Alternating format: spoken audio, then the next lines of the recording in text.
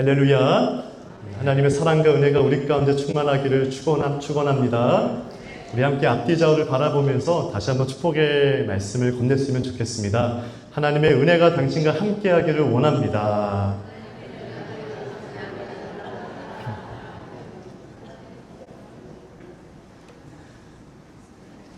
네, 하나님의 은혜만 우리 가운데 가득할 수 있기를 축복합니다.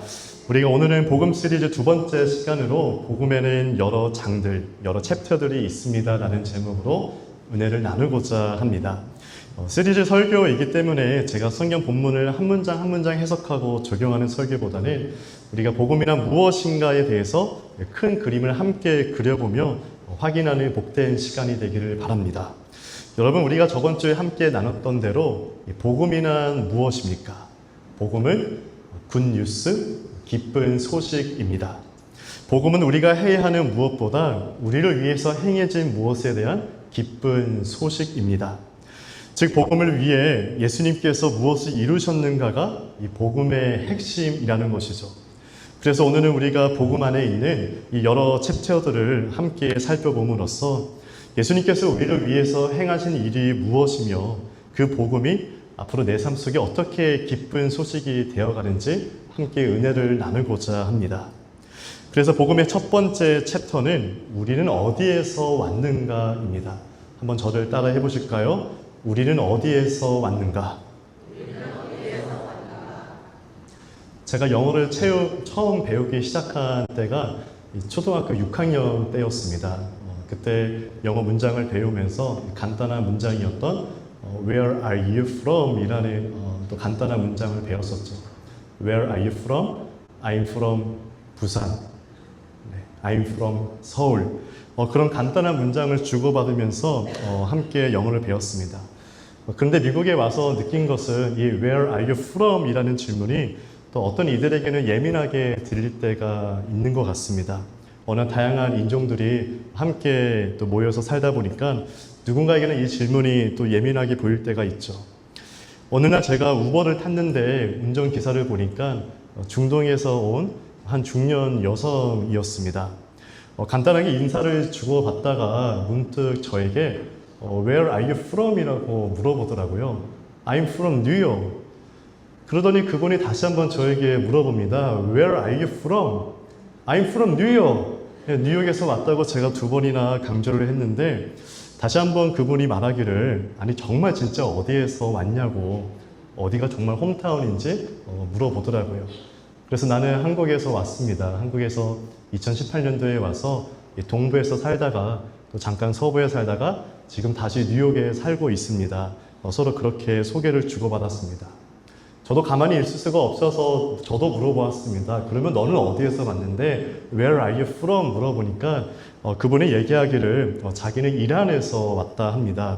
자기 부모들은 이란에 있었고 자기는 미국에 온 지 35년째가 되었다 합니다. 그래서 이란의 지금 중동 전쟁이 어떻게 돼가고 있느냐, 또 내부의 국민들은 또 어떠냐, 우리 급진파와 또 보수파가 어떻게 또 대립하고 있느냐, 그런 얘기 서로 주고받다가 이 아주머니께서 길을 놓쳐가지고 제가 늦게 도착한 적이 있었습니다. 우리가 이제 미국 역사를 조금만 공부하더라도 미국이라는 나라가 이제 이민자의 나라이고 또 이민 역사이죠. 그런 의미에서 저도 여러분들에게 이런 질문을 던지고 싶습니다. 여러분들 정말 어디에서 오셨습니까? Where are you from? 우리가 지역적으로 한국에서 왔다, 뉴욕에서 왔다 하지만 사실은 우리만의 정체성이 있죠. I'm from God. I'm a children of God. 우리는 하나님의 자녀, 하나님으로부터 온 하나님의 백성이라는 우리의 아이덴티티가 있습니다. 그래서 복음의 첫 번째 챕터는 우리가 어디에서 왔는가에 대한 그 질문에 대한 대답입니다. 우리는 어디에서 왔습니까? 우리는 믿음으로 이 세상은 우연이 아니라 하나님께서 창조하셨으며 우리도 하나님께서 창조하셨다는 것을 믿습니다. 참되게 살아계시고 오직 한 분이신 하나님께서 온 세상과 만물을 창조하셨고 하나님의 형상을 따라 우리를 창조하셨습니다. 그러면 여러분, 하나님께서 왜 이 세상과 우리를 꼭 만드셔야 했을까요? 하나님은 전지전능하시고 하나님이 홀로 모든 것을 통치하시는데 하나님은 혼자서도 잘 계시는 것 같은데 왜 하나님은 굳이 우리를 만드셨을까요? 여기에는 하나님의 특별한 목적이 있습니다. 여러분, 하나님께서 세상과 인간을 창조하실 때 하나님 스스로를 표현하는 단어가 있습니다. 우리라는 표현이죠. 창세기 1장 26절, 우리가 저번에 함께 나눴던 것대로 하나님이 이르시되 우리의 형상을 따라 우리의 모양대로 우리가 사람을 만들자 하셨습니다. 하나님은요, 한 하나님이시지만 하나님의 존재 안에는 세 위격이 있습니다. 그래서 우리가 삼위일체 하나님이라 부르죠. 한 본성, 한 네이처이시지만 이 세 위격, 이 트라이너리 퍼스널을 가지신 삼위일체 하나님입니다. 그래서 이 세 위격의 하나님은 모두 한 본질이시지만 서로 영원부터 사랑하시고 경배하시고 섬기시고 기뻐하셨습니다. 하나님의 본성 자체가 이처럼 우정이자 사랑이자 공동체라는 것이죠. 여러분, 우리가 하나님을 닮았다는 것, 우리가 하나님을 닮은 모습으로 하나님이 우리를 만드셨다는 것은 이처럼 삼위일체 하나님의 모습대로 하나님의 모습, 그 기쁨과 사랑에 우리가 동참하게끔 위해서 하나님이 우리를 세상을 창조하시고 우리의 모습을 만드셨다는 겁니다. 너희들은 이 세상에서 이 삼위일체 우리의 모습, 삼위일체 하나님의 모습대로 서로 사랑하고 섬기며 돌보라. 삼위일체 하나님께서 서로 긴밀하게 연결되어서 사랑하고 섬기며 서로를 존중하였듯이 너희들 세상 속에 나아가서 서로가 그렇게 살아가고 그러한 모습으로 하나님이 창조하신 이 세계를 다스려라 하는 그 목적과 부르심 때문에 하나님이 우리를 만드셨습니다. 그래서 여러분, 이 복음은요, 원래 이 목적대로, 원래 제정된 인간의 본연의 모습대로 우리로 하여금 돌아가게 하는 능력이 있는 줄 믿습니다. 복음을 경험한 사람은 하나님의 모습대로 다시 회복되어서 하나님을 사랑하고 이웃을 사랑하는 삶을 살아갑니다. 여러분, 오늘날 우리가 살아가는 이 시대를 가리켜서 이 초개인화된 사회라 말하죠. 그러나 우리가 여기에 다양한 세대들이 있습니다. 그럼에도 불구하고 우리가 서로 다양한 세대로 모였지만 서로가 주님의 성전 안에서 서로 연결되는 주님의 교회로 지어져 가는 것은 이 모습이야말로 하나님께서 창조하신 하나님을 닮아가는 모습이기 때문입니다. 그래서 복음의 능력을 경험하는 사람은 우리가 서로 다르지만 우리가 삼위일체 하나님께서 서로 섬기시고 사랑했던 그 모습대로 우리가 그런 끈끈한 믿음의 공동체를 만들어 가는 것이죠. 자, 복음의 첫 번째 챕터를 정리하겠습니다. 우리가 어디에서 왔는가? 정답은 하나님께로부터 왔습니다. 우리는 하나님께로부터 와서 하나님을 예배하고 섬기도록 부름을 받은 존재입니다. 복음의 두 번째 챕터는 어디에서 잘못되었는가입니다. 우리 다시 한번 따라 해볼까요? 어디에서부터 잘못되었는가? 여러분, 공부를 잘하는 사람들의 특징이 뭘까요? 여러분들 표정을 보니까 공부를 상당히 잘하셨을 것 같은데, 공부를 잘하는 사람들의 특징은 이 문제 풀이를 잘하죠.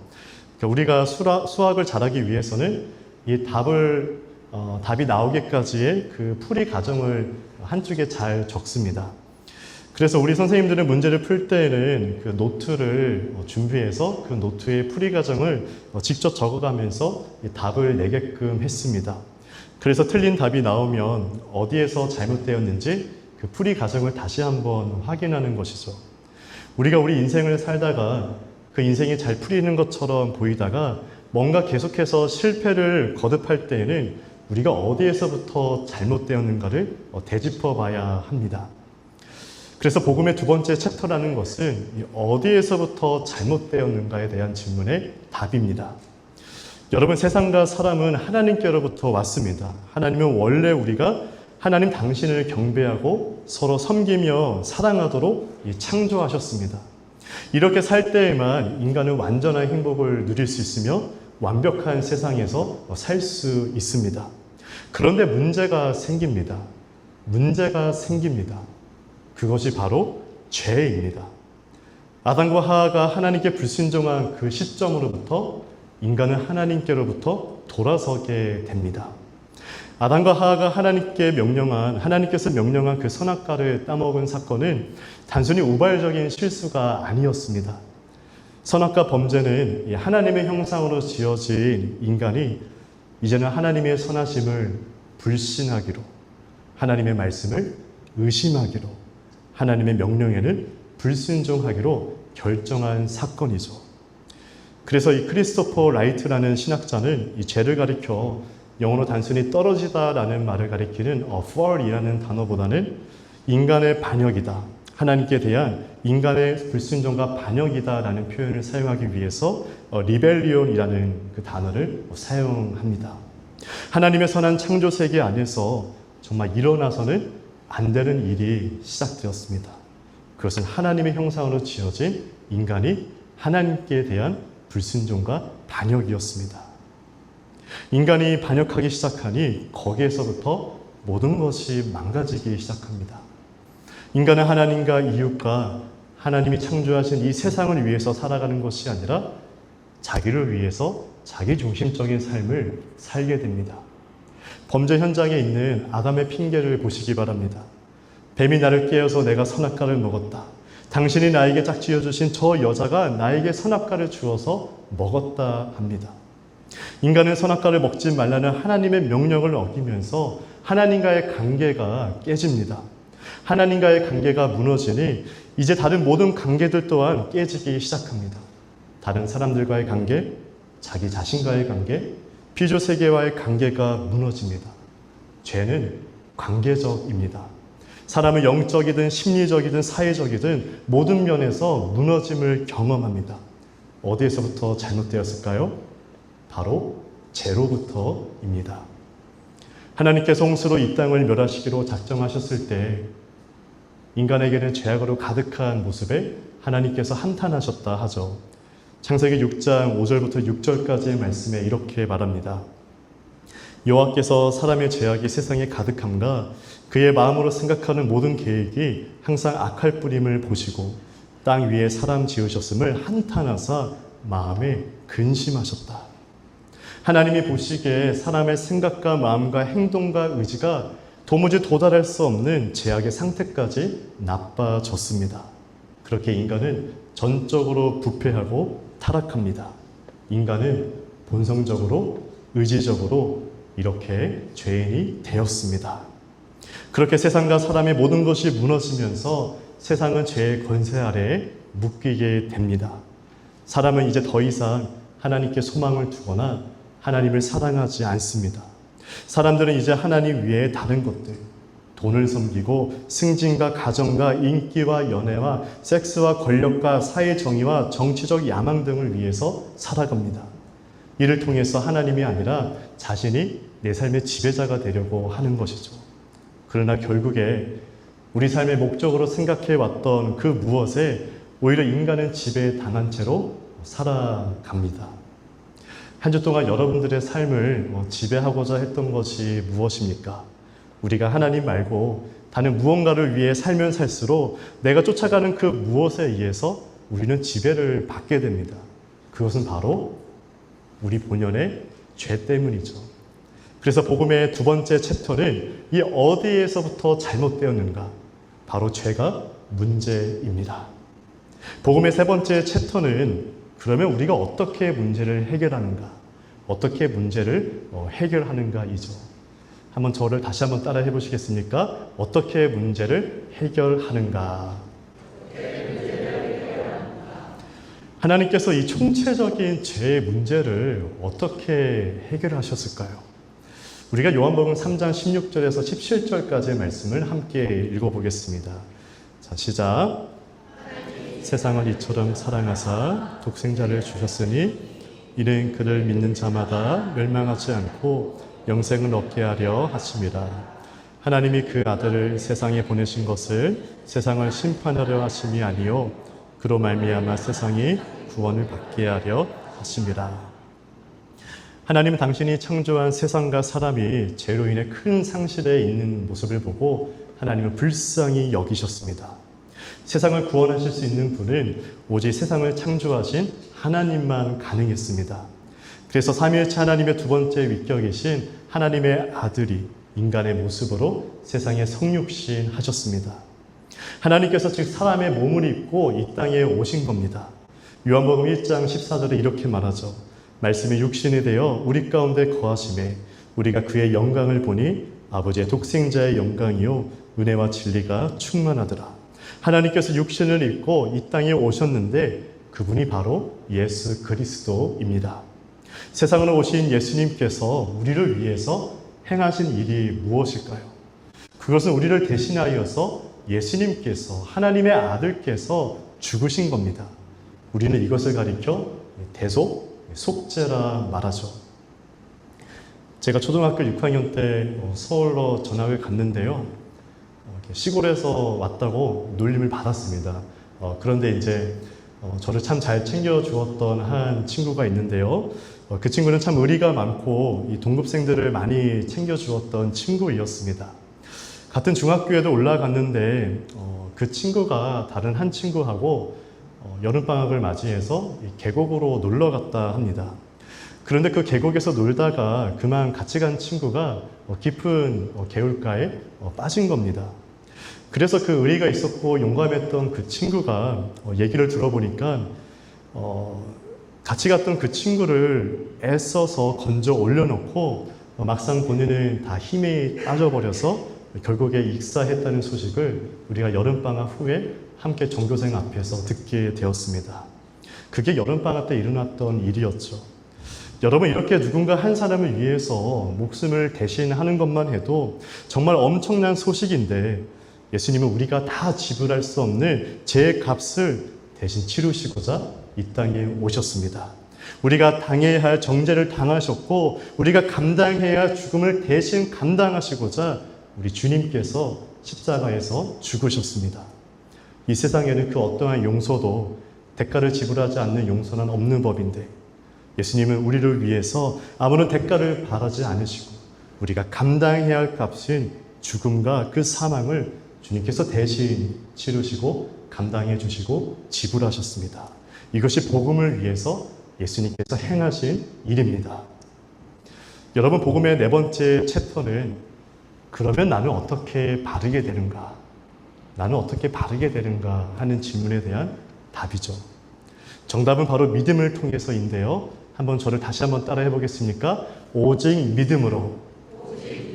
오직 믿음으로. 우리가 믿음으로 구원을 받는다는 것은 무엇을 의미하는 것일까요? 우리가 믿는다는 것은 내가 믿습니다 그런 차원이 아니라 내가 그리스도를 믿는다는 것은 무언가 더 힘써서 노력한다는 것이 아닙니다. 내가 더 노력을 더해서 구원을 받는 것이 아닙니다. 믿음이라는 것은 그 신뢰의 대상을 죄인인 나로부터 하나님께로 옮기는 일입니다. 즉 믿음은 내가 애쓰고 노력해서 하나님과의 관계를 바르게 하려고 하는 것이 아니라 먼저는 예수 그리스도께서 우리를 위해서 이미 행하신 일을 믿는 믿음인 줄 믿습니다. 즉 그리스도께서 나를 대신해서 죽으셨고 그리스도께서 나를 대신해서 죄의 값을 치르셨고 그리스도께서 나를 위해서 죄와 사망의 권세를 이기시고 3일 만에 부활하신 것을 믿어야 합니다. 성경은 예수님을 첫 열매라 부르죠. 이는 하나님께서 행하실 구원의 첫 증거라는 말입니다. 우리 안에서, 우리는 믿음 안에서 예수님께서 나의 죄를 가져가셨고 또 우리는 믿음 안에서 예수님의 의로움이 나에게 전가되었음을 믿음으로 고백합니다. 그래서 예수님을 믿을 때 그분이 받아야 할 축복과 생명을 우리가 대신 누리게 되는 것이죠. 우리는 그리스도께서 나를 위한 그 행한 일을 근거로 구원을 받는 것입니다. 이것이 바로 믿음입니다. 아무리 예수 그리스도가 좋은 일을 하셨더라도 우리가 믿음으로 고백해야만 그 예수님의 사역이 우리의 것이 되는 겁니다. 그래서 우리를 구원하는 것은 믿음의 크기가 아니라 믿음의 바른 대상이죠. 예수님께서 제자들에게 이렇게 말씀하셨죠.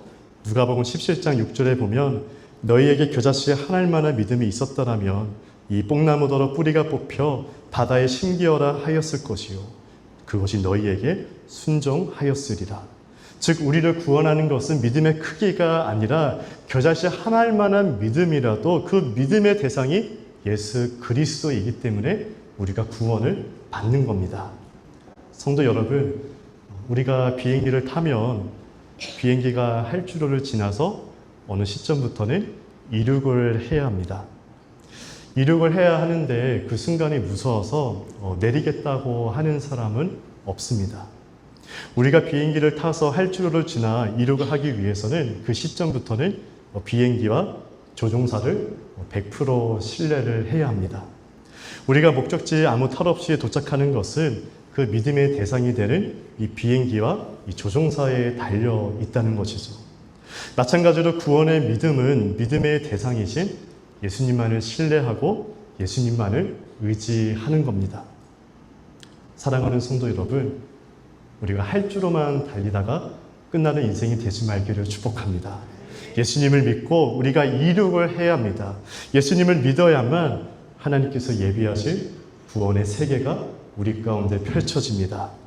예수 그리스도께서 우리를 위해 아무리 이러한 좋은 일을 하셨더라도 우리가 예수님께서 나를 위해 하신 그 사역을 믿음으로 고백해야만 구원의 경로에 올라타는 겁니다.